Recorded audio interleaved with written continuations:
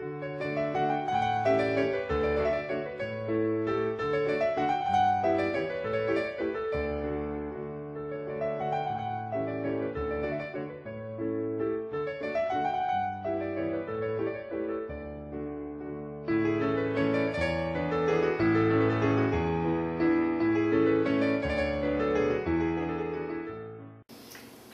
to Building Blocks, the cooking show where you learn to make your own ingredients.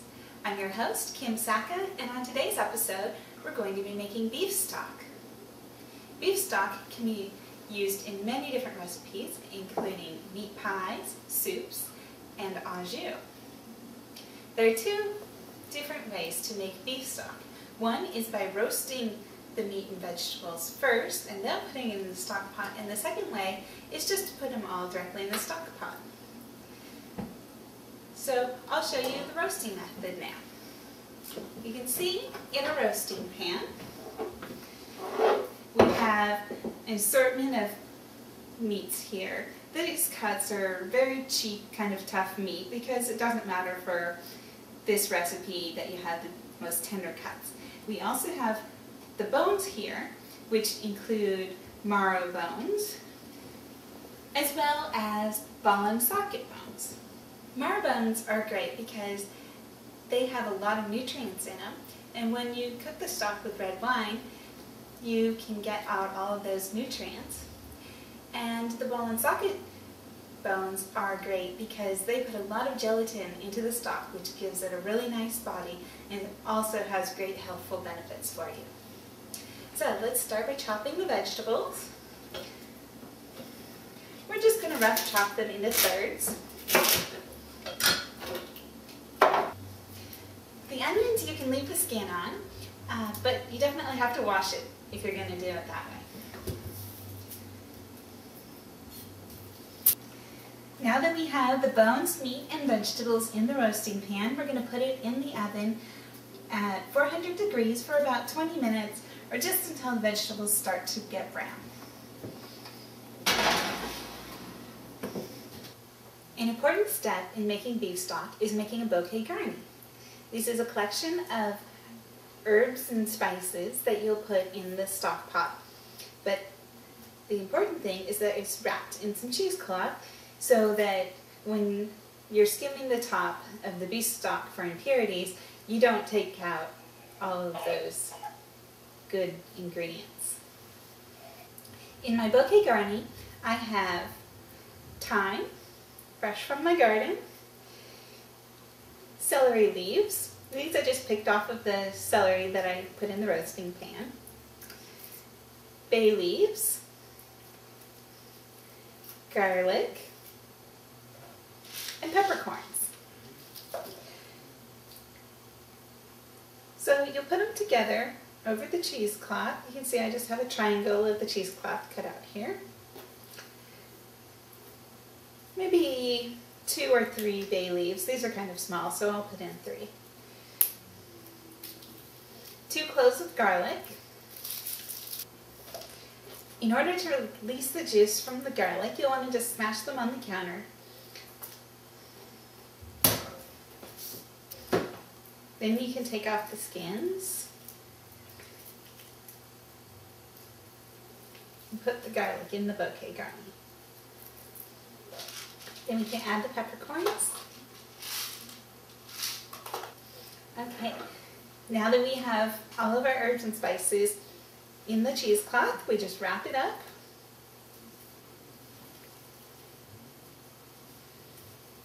Tie it off with a piece of string. And cut off all the loose ends. Put it in your stock pot. Now that our vegetables and meat have finished roasting, we're going to put them in the stock pot.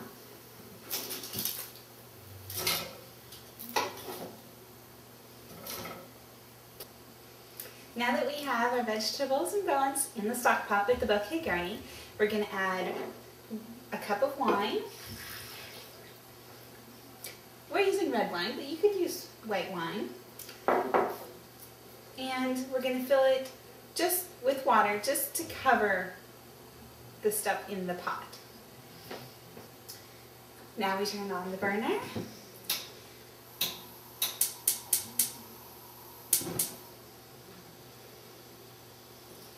We're going to put it on medium to medium high just until it starts to bubble, and then turn it down to low to simmer. You want to let the stock simmer for at least 6 hours. Some people say to do 24 hours, but I say 6 to 12 hours is plenty to get a really nice hearty stock. The beef stock has been cooking for a few hours now, and the water level's gone down so that you can see the beef and vegetables. So we're just going to add a little bit of water to cover those so that nothing's left out in the air.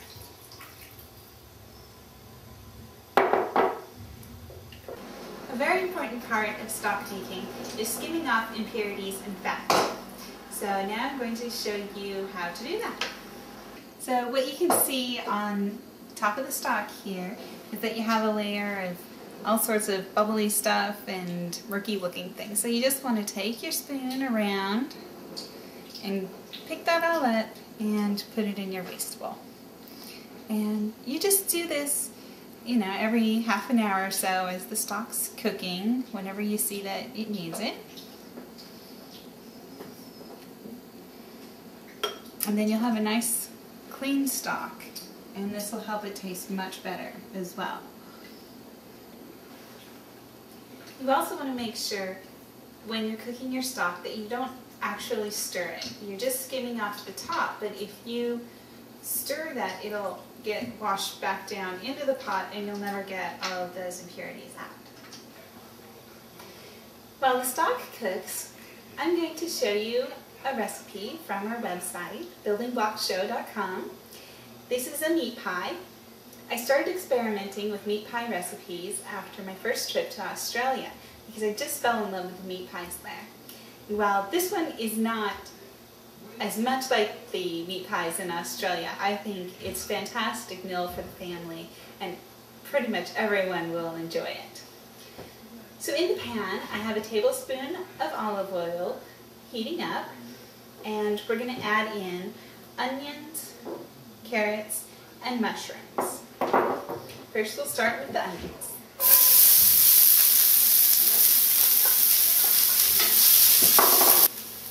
Once the onions have started to brown, add in the carrots.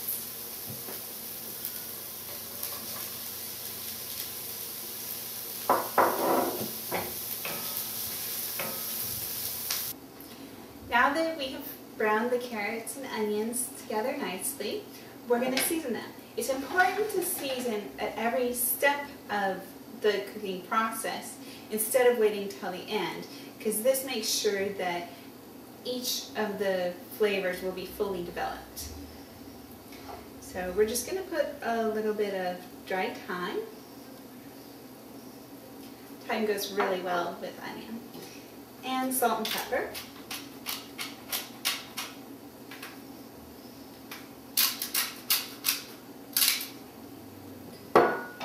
And cook that for another minute.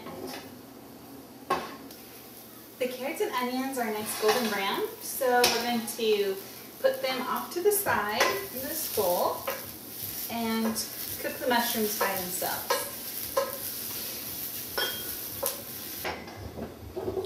I'll add just a little bit more olive oil.